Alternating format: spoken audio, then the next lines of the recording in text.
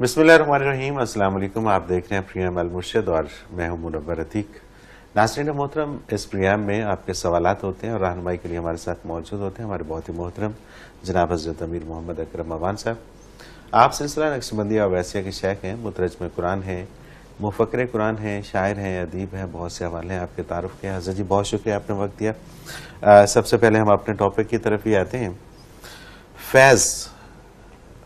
فیض سے کیا مراد ہے اور حصول فیض کی بنیادی شرط کیا ہے؟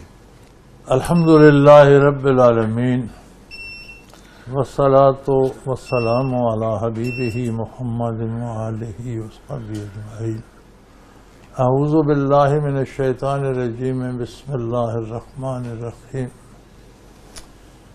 گزارش یہ ہے برخوردار کہ گزرتے وقت کے ساتھ الفاظ اپنے مفاہیم بدلتے رہتے ہیں۔ یوں لوگوں کی فکر تبدیل ہوتی ہے تو الفاظ کو نئے نئے معنی کا جامہ پہنایا جاتا ہے۔ ان کی حقیقت اور ہوتی ہے، بن وہ کچھ سے کچھ جاتے ہیں۔ فیض کا مفہوم تو ہے فائدہ، نفع، صحیح، لیکن ایک خاص نفع مراد ہے اس سے۔ جو بات بھی کسی بھی فرد کے منہ سے نکلتی ہے، ہر لفظ اپنا ایک اثر رکھتا ہے، اس میں ایک کیفیت ہوتی ہے۔ ایک جملہ ہم سنتے ہیں، دل باغ باغ ہو جاتا ہے، سماعت تو کانوں نے کی، تجزیہ اس کا دماغ نے کیا، خوش دل ہو رہا ہے۔ بالکل ٹھیک۔ ایک لفظ ہم سنتے ہیں، طبیعت بھڑک اٹھتی ہے، سنا کانوں نے، تجزیہ دماغ نے کیا، آگ دل میں لگ گئی۔ یہ جو دل پہ وارد ہوتی ہے، یہ ایک کیفیت ہوتی ہے جو اس کے اندر ہوتی ہے۔ صحیح۔ اب الفاظ ہوں، عام آدمی کے تو اثر رکھتے ہیں، الفاظ ہوں اللہ کے نبی صلی اللہ علیہ وسلم کے تو سبحان اللہ، سبحان کتنے اللہ۔ اثر ہوگا ان میں۔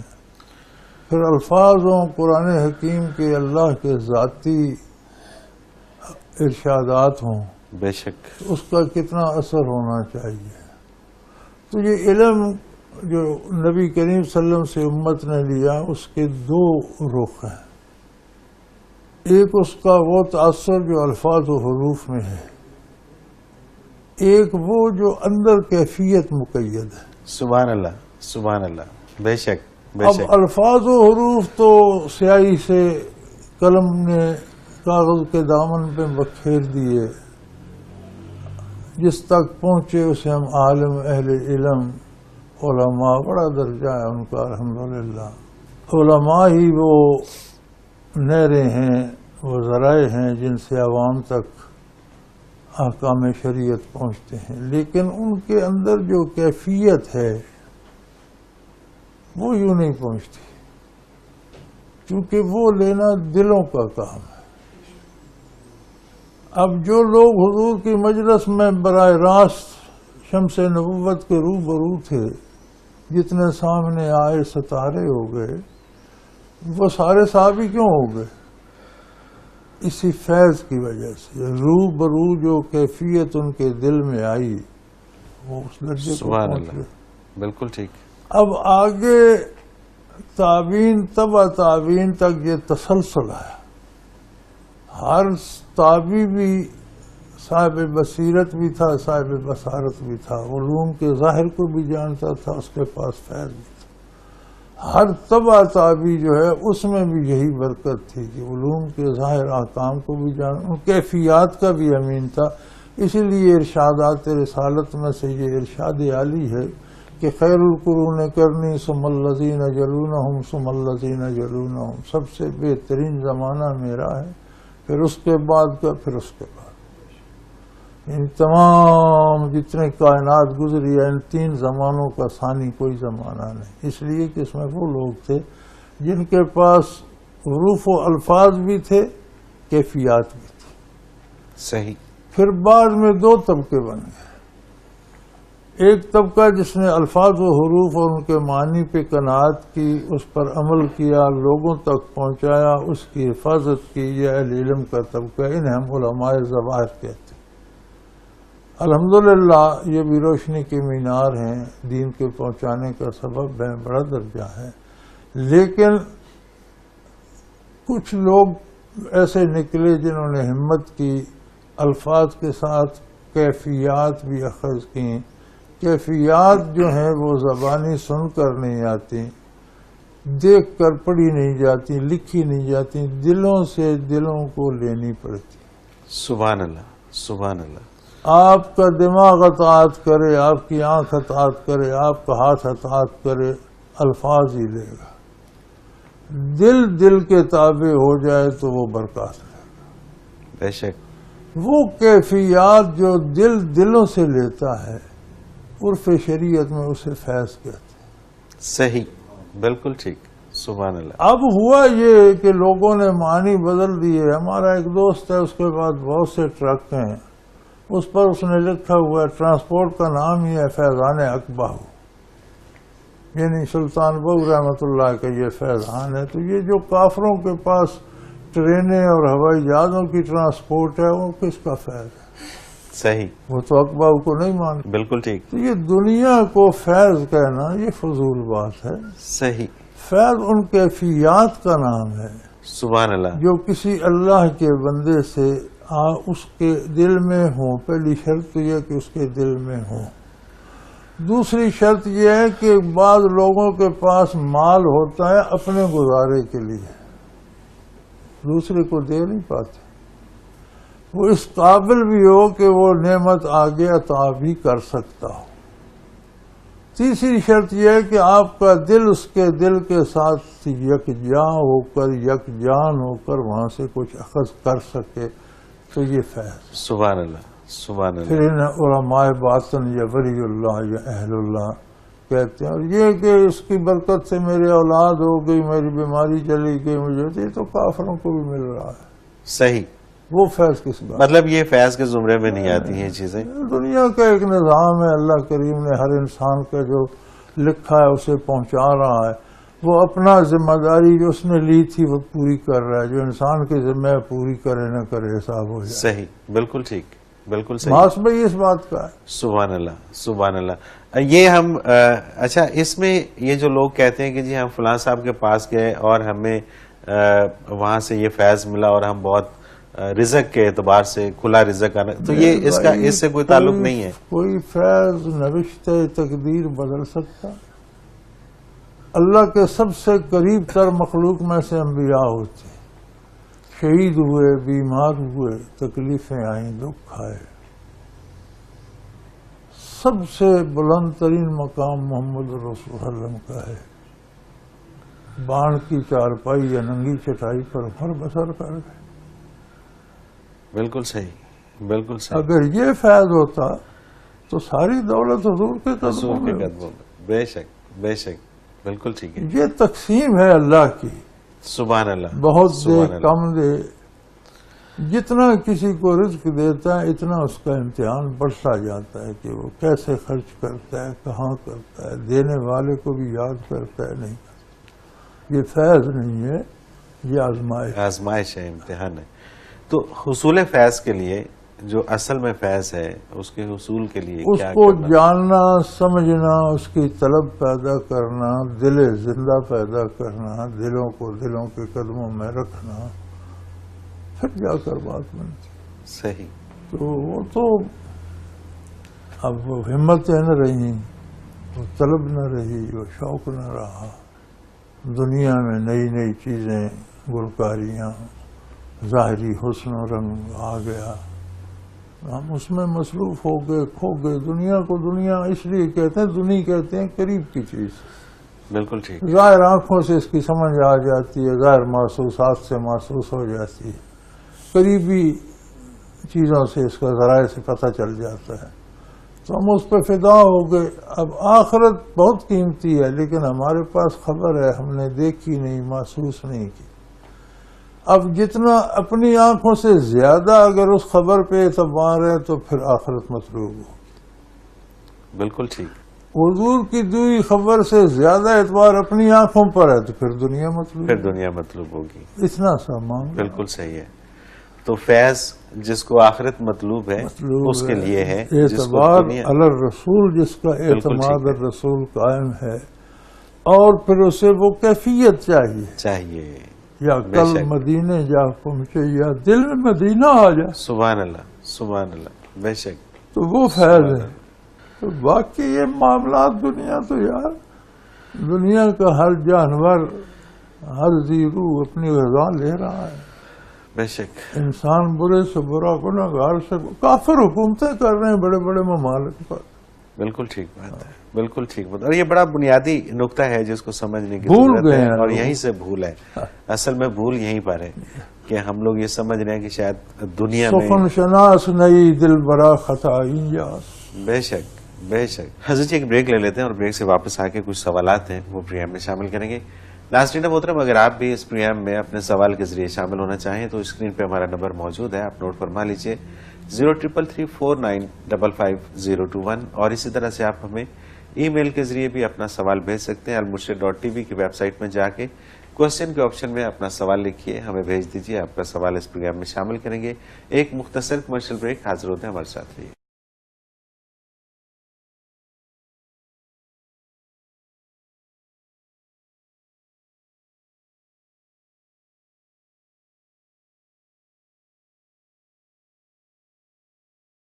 پروگرام میں ایک بار پھر خوش آمدید ناظرین محترم، آپ کے سوالات اور رہنمائی کے لیے ہمارے ساتھ موجود ہمارے بہت ہی محترم جناب حضرت امیر محمد اکرم امان صاحب۔ حضرت جی سوالات کا سلسلہ شروع کرتے ہیں۔ محمد کالو ان کا سوال ہے، یہ کہتے ہیں کہ میری ایک سکھ سے بات ہوئی، اور اس کا سوال یہ تھا کہ ہندوؤں میں اکثر ہم سنتے ہیں کہ فلاں شخص کا دوسرا جنم ہوا ہے، اور اس کے لیے وہ نشانیاں بھی پیش کرتے ہیں جو سچ بھی ثابت ہوتی ہیں، مطلب اس کو مانا بھی جاتا ہے۔ تو میں نے تو اسے کہہ دیا کہ یہ غلط ہے، ایسا نہیں ہوتا، لیکن آپ اس پہ ذرا روشنی ڈالیے کہ یہ کیا دوسرے جنم کا کانسیپٹ کیا ہے؟ یہ انسانی ذہن کی اختراع ہے جی، ٹھیک ہے، اور اس کا کوئی سائنٹیفک ثبوت بھی نہیں ہے۔ نہیں ہے، چلو کسی آسمانی کتاب میں، کسی دین میں، کوئی دین جو کسی نبی سے ثابت ہو، کسی کہانیوں والے دین تو بہت ہیں نا، الانبیاء سے ثابت شدہ دین اس وقت 3 کتابیں اسلام کے علاوہ ہیں، صحیح، تورات، زبور، انجیل، تینوں میں نہیں ہے، اگرچہ تعریف ہو چکی ہے تو بھی کوئی آسمانی خبر نہیں ہے۔ قرآن بھی اس کو رد کرتا ہے، اور روح کا ایک سفر بتاتا ہے کہ یہاں ہے، انسان میں ہے، برزخ میں جائے گی، میدان حشر میں جائے گی، اور پھر اپنا یہی وجود جو دنیا میں اس کے پاس تھا وہی سلامت ہو کر اسے ملے گا، کوئی دوسرا جنم نہیں ہوگا۔ تو یہ قصے کہانیاں گھڑے ہوئے ہیں۔ صحیح، اب یہ کوئی ایسی بات نہیں ہے کہ ایک بات باپ کے زمانے میں ایک واقعہ ہوا اور بیٹے کو اس کا خواب آ جائے تو وہ خواب میں نظر آ جائے، تو یہ کوئی یہ اس سے ثابت نہیں ہوتا کہ وہ مرا ہوا زندہ ہوا، وہ جنم دوسرا ہے۔ وہ جنم دوسرا ہے۔ اس کے اچھا، سوا میں نے اس کے اوپر ایک ریسرچ پڑھی تھی بہت پہلے، آج سے کوئی 20 سال پہلے۔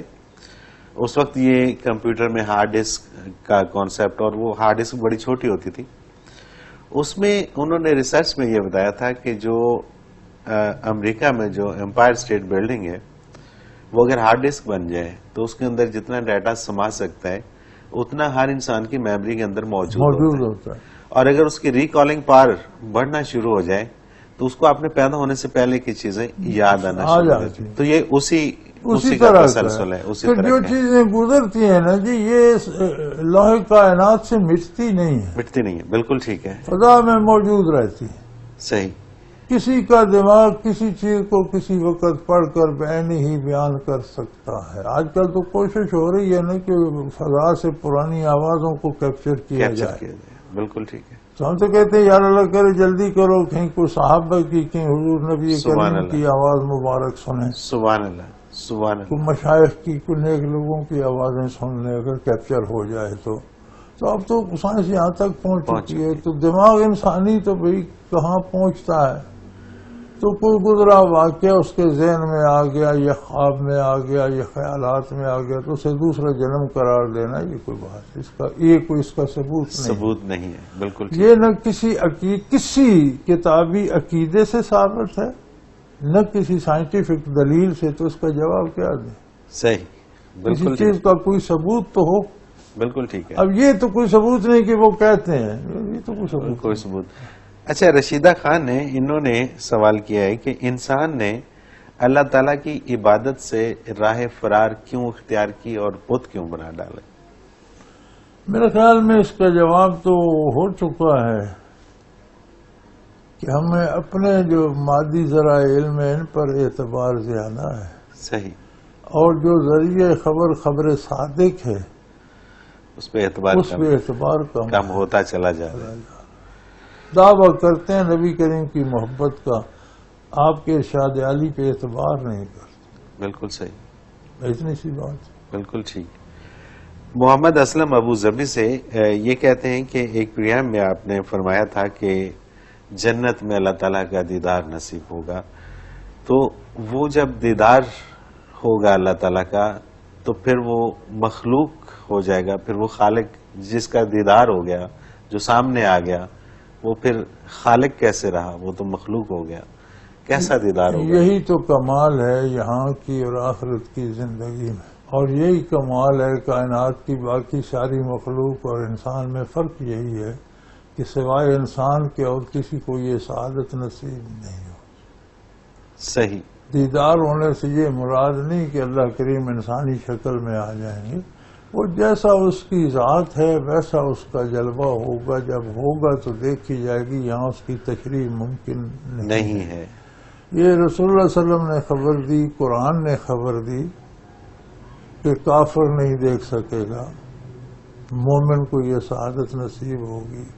کافر کی دعا بھی قبول نہیں کی جائے گی، سنی نہیں جائے گی. نہ سننے سے یہ تو نہیں کہ اللہ کریم کو سنائی نہیں دے گی، مراد یہ قبول نہیں کی جائے گی.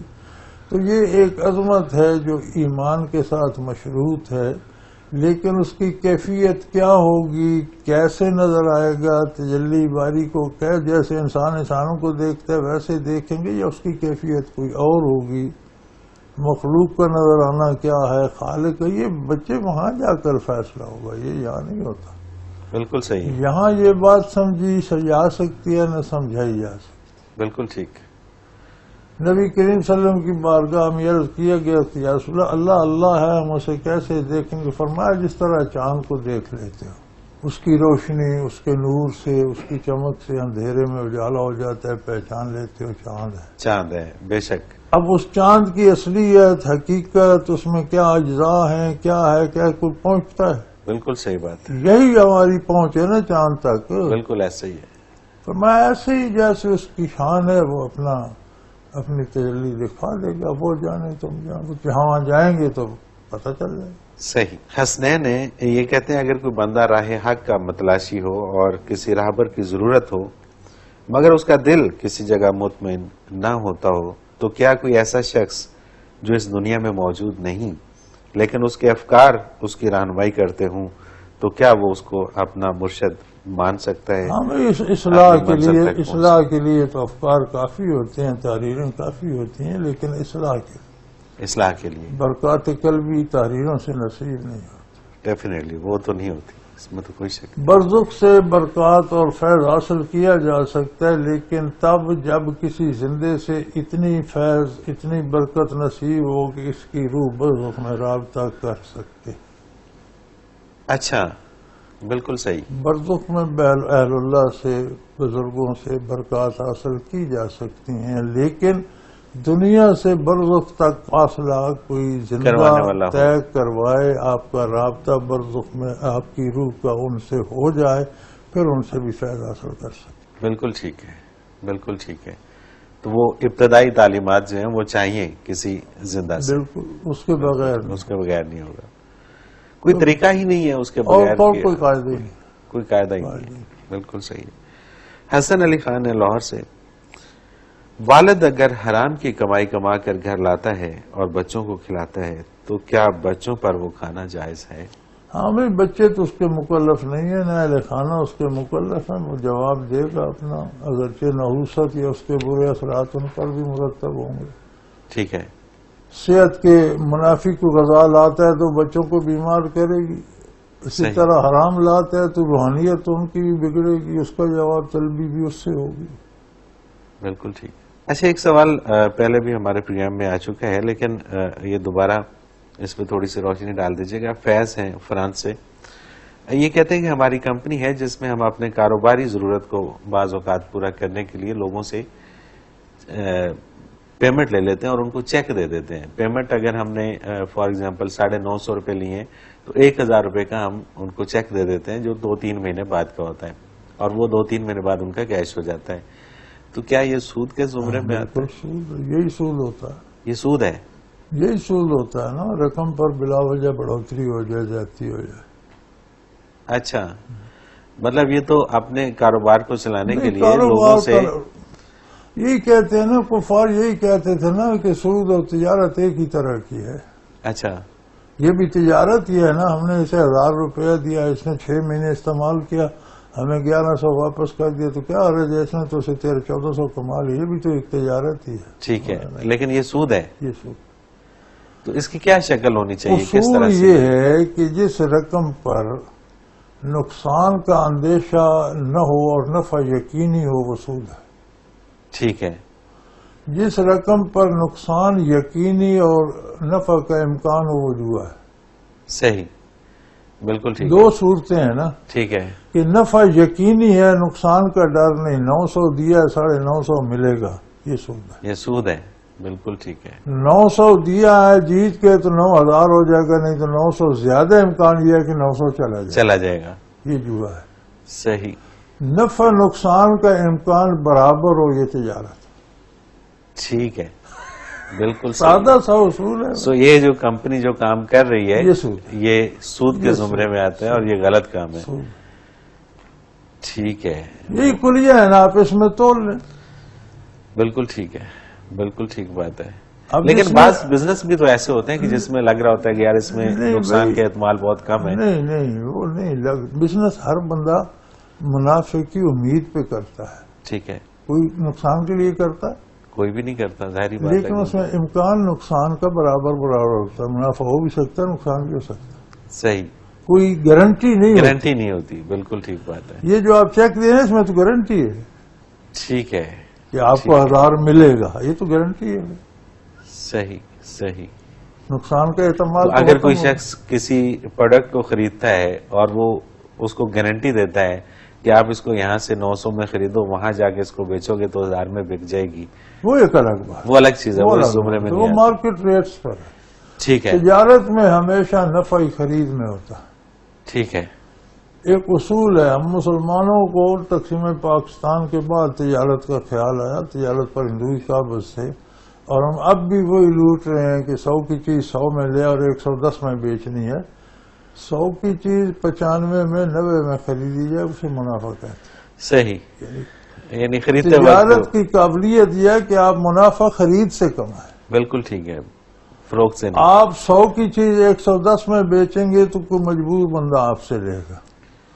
آپ 90 کی لائیں 100 میں بیچیں گے, آپ کی 100 چیزیں بک جائیں گی, کئی گنا پروفٹ آ جائے, صحیح, سیل زیادہ ہو جائے گی. بالکل ٹھیک ہے, بالکل ٹھیک ہے. تو پرافٹ خرید میں ہوتا ہے. ہماری ابھی تک ہمارے مسلمان بھائیوں کی سمجھ میں یہ بات نہیں. صحیح بات ہے, اور اسی وجہ سے وہ پھر کہتے ہیں کہ جی ہمارا بزنس فلاپ ہو گیا, فلاپ سمجھ تو نہیں, ہونا ہے بھائی, کسی جب نے آپ کسی نے رزق بند کر رزق دیا ہے, بند کسی ہوتا ہے کسی سے نے روک دیا ہے. کون ہے؟ یہ تو قرآن میں کھلا کھلا چیلنج ہے کہ جو اللہ دیتا ہے اسے روکنے والا کون ہے؟ بتاؤ. کون ہے, سوال ہی اور پیدا جو کرتا اللہ روک دیتا ہے اسے دلا ہے. کون دلا سکتا ہے؟ کون سکتا ہے. اتنی سیدھی سی بات ہے اور یہ سمجھ نہیں آتی لوگوں کو. کون روک سکتا ہے کسی کا رزق؟ بالکل صحیح. حضرت جی ایک بریک لے لیتے ہیں اور پھر کچھ اور سوالات شامل کرتے ہیں. ناظرین محترم, اگر آپ بھی اپنے سوال کے ذریعے اس پروگرام میں شامل ہونا چاہیں تو اسکرین پہ ہمارا نمبر موجود ہے, آپ نوٹ فرما لیجئے 0333495501, اور اسی طرح سے آپ ہمیں ای میل بھی کر سکتے ہیں. almurshid.tv کی ویب سائٹ پہ جا کے کوشچن کے آپشن میں اپنا سوال لکھیے, ہمیں بھیج دیجیے. آپ کا سوال اس پروگرام میں شامل کریں گے, حضرت جی سے رہنمائی لیں گے. ایک مختصر کمرشل بریک, حاضر ہوتے ہیں.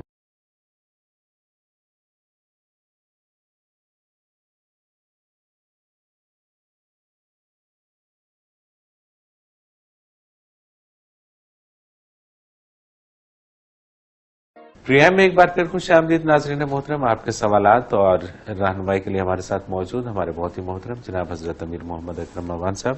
حضرت جی ایک سوال ہے، نام نے لکھا، وہ کہتے ہیں کہ ہم بچپن سے اپنے بڑوں سے بھی اور عالم دین سے بھی جب بھی دین کے حوالے سے کوئی بات اور حضور نبی کریم علیہ الصلوۃ والسلام کے حوالے سے کوئی بات سنتے تھے تو یہ سنا کرتے تھے کہ اللہ کے نبی، اللہ کے نبی. اب کچھ عالم ٹی وی کے اوپر بیٹھ کے میرا نبی تیرا نبی یوں کر کے بات کر رہے ہوتے ہیں. ایک تو وہ اس طرح سے ان کا انداز یہ ہوتا ہے کہ جیسے پتہ نہیں کسی چھوٹے بھائی کی بات کر رہے ہیں. پھر صحابہ کرام رضی اللہ تعالیٰ عنہ کے بارے میں بھی وہ اسی طرح سے نام لے کے سیدھا سیدھا سا تو میں کر کے بات کرتے ہیں. تو کیا یہ میرا نبی تیرا نبی یہ یا اس طرح کی گفتگو یہ ٹھیک ہے؟ گزارش یہ ہے جی، نبی تو اللہ ہی کا ہے. میرا نبی جب بندہ کہتے تو مراد یہ ہوتی ہے کہ میں جس نبی کا غلام ہوں، جس نبی کو میں نبی مانتا ہوں. ٹھیک ہے. جب نسبت اللہ کی طرف کی جاتی ہے مراد یہ ہوتی ہے کہ جس ہستی کو اللہ نے نبی بنایا ہے. ٹھیک ہے. تو یعنی جب موضوع کلام بدلتا ہے تو معنی بدل جاتا ہے. جب نسبت اللہ کی طرف ہوتی ہے تو مراد ہوتی ہے جس ہستی کو اللہ نے نبی بنا کر بھیجا ہے، اللہ کے نبی. ٹھیک ہے. جب ہم کہتے ہیں میرا نبی صلی اللہ علیہ وسلم تو مراد ہوتی ہے جس ہستی کو میں نبی مانتا ہوں، میں جس پر ایمان لایا ہوں. تو یہ تو مفاہیم کو خلط ملط نہ کیا جائے تو اس میں کوئی عیب نہیں. ٹھیک ہے. جہاں تک بزرگوں کا یا صحابہ کرام کا، خاص کر صحابہ کرام کا بہت بڑا احترام ہے. وہ لوگ ہیں جو خورشید نبوت کے روبرو تھے. بے شک بعض لوگ ذرا بے تکلفی سے نام لے لیتے ہیں، یہ مناسب نہیں ہے. ایک حد ادب. اور حضور نبی کریم علیہ الصلوۃ والسلام حضور کی بارگاہ میں بے پناہ ادب، بے پناہ ادب. آپ کی ساری عبادتیں، ساری نیکیاں ذرا سا سوء ادب ہو کے چلی جائیں. لا ترفعوا اصواتکم فوق صوت النبی ان تحبط اعمالکم. نبی کریم کی آواز سے تمہاری آواز ذرا بلند نہ ہو، غلطی سے بھی ہو گئی ساری نیکیاں ضائع ہو جائیں. بالکل صحیح. تو حد ادب کا پاس بات کرنے والے کو بھی اور بات سننے والوں کو بھی رکھنا ضروری ہے. روضہ اطہر پہ آج بھی وہی ادب ہے جب حضور اس دنیا میں تشریف رکھتے تھے تو بارگاہ رسالت کا جو ادب. یہ جو وہاں جا کے ہم بے تکلفیاں کرتے ہیں اور سیلفیاں بناتے ہیں اور یہ وہ دھکم پیل کرتے ہیں، یہ سب حرام ہے. صحیح. کوئی عدالت میں کھڑے ہو کر سیلفی بھیج سکتا ہے؟ کبھی بھی نہیں. تو پھر وہاں یہ ضرورت کیوں ہوتی؟ اچھا، یہ جو کچھ عالم ایسے ہیں کہ جو گلیمرائز کرتے ہیں چیزوں کو نا، مطلب واقعات کو وہ اس انداز سے پیش کر رہے ہوتے ہیں کہ جیسے پتہ نہیں وہ وہاں پہ ساتھ ساتھ تھے، اور وہ جس طرح کوئی ناول لکھا جا رہا ہے یا جس طرح سے کوئی اس طرح سے ان کا بیان انداز بیان ہوتا ہے. بس درست ہے کیا؟ منور میاں، کچھ لوگ ہیں جو کام اللہ کی رضا کے لیے، اپنے نبی کے اتباع کے لیے کرتے ہیں. کچھ لوگ ہیں جنہیں کم از کم آخرت کی تو فکر ہوتی ہے. دوسرے درجے کے وہ لوگ ہیں جو یہ تو چاہتے ہیں کہ آخرت میں نجات ہو جائے، ایک ادب ملحوظ رکھتے ہیں. کچھ لوگ ہیں جو پیشے کے طور پر دین اپنائے ہوئے ہیں، پروفیشن ہے ان کا، اس سے انہوں نے روزی بھی کمانی ہے، عزت بھی کمانی ہے، نام بھی کمانا ہے. آخرت ہو یا نہ ہو وہ ان کا ٹارگٹ نہیں ہے. وہ گلیمرائز ہی کریں گے، اسی پر ان کو شابش بھی ملے گی، اسی پر ان کو پیسے بھی ملیں گے. وجہ کیا ہے کہ وہ سارا کچھ جانتے ہوئے، پڑھتے ہوئے. مقصد کا حصول ہے. مقصد کیا ہے؟ What do you want? نہیں، لیکن اگر انہوں نے، اب دیکھیے نا، جو اس طرح کی باتیں کرتے ہیں انہوں نے پورا دین پڑھا ہوا ہے، دورہ حدیث بھی کیا ہوا ہے، سارا کچھ. جب ہر چیز آشکار ہے پھر بھی ان کی اگر تمنا چکی کتنی دفعہ اسی آج کے پروگرام میں دہرائی جا چکی کہ الفاظ سے بات نہیں بنتی جب تک کیفیات نہ ہو. بالکل ٹھیک. بھائی صرف الفاظ ٹنڈے گھیرے جاننے سے وہ بات نہیں بنتی. انہوں نے لفظ خریدے ہیں، کیفیات نہیں لی. اصل بات یہ ہے. بالکل صحیح. عمر دراز ہیں لاہور سے، انہوں نے بھی دعا کی درخواست کی ہے. سلمان ظفر ہے مسقط عمان سے، انہوں نے بھی دعا کی درخواست کی ہے. بلکہ یہ کہتے ہیں کہ جو لمحات آپ کے ساتھ گزرے، چاند ایک گزرے اور زندگی کا اثاثہ بن گیا. بنت اظہر حسین فیصل آباد سے یہ کہتی ہیں کہ ذکر کرنا چاہتی ہوں مگر روٹین سیٹ نہیں ہو پا رہی. براہ کرم میری کامیابی کی دعا فرمائیے. بیٹے کامیابی ٹھیک ہے، دعائیں معاون ہوتی ہیں لیکن کام کرنے سے آتی ہے. کام نہ کرو دعائیں کراتے رہو تو وہ کام نہیں ہوتا. اللہ کا ایک قانون ہے جو اپنے بس میں ہے، کرو اور پھر اس پر دعا بھی کرو. بالکل ٹھیک ہے. محمد مہتاب سلیم یہ کراچی سے یہ بھی کہتے ہیں جی میں نے حضرت جی کے پروگرامس دیکھتا ہوں باقاعدگی سے اور یوٹیوب کے اوپر ویڈیوز بھی دیکھتا ہوں اور حضرت جی سے ملنے کو بہت دل چاہتا ہے.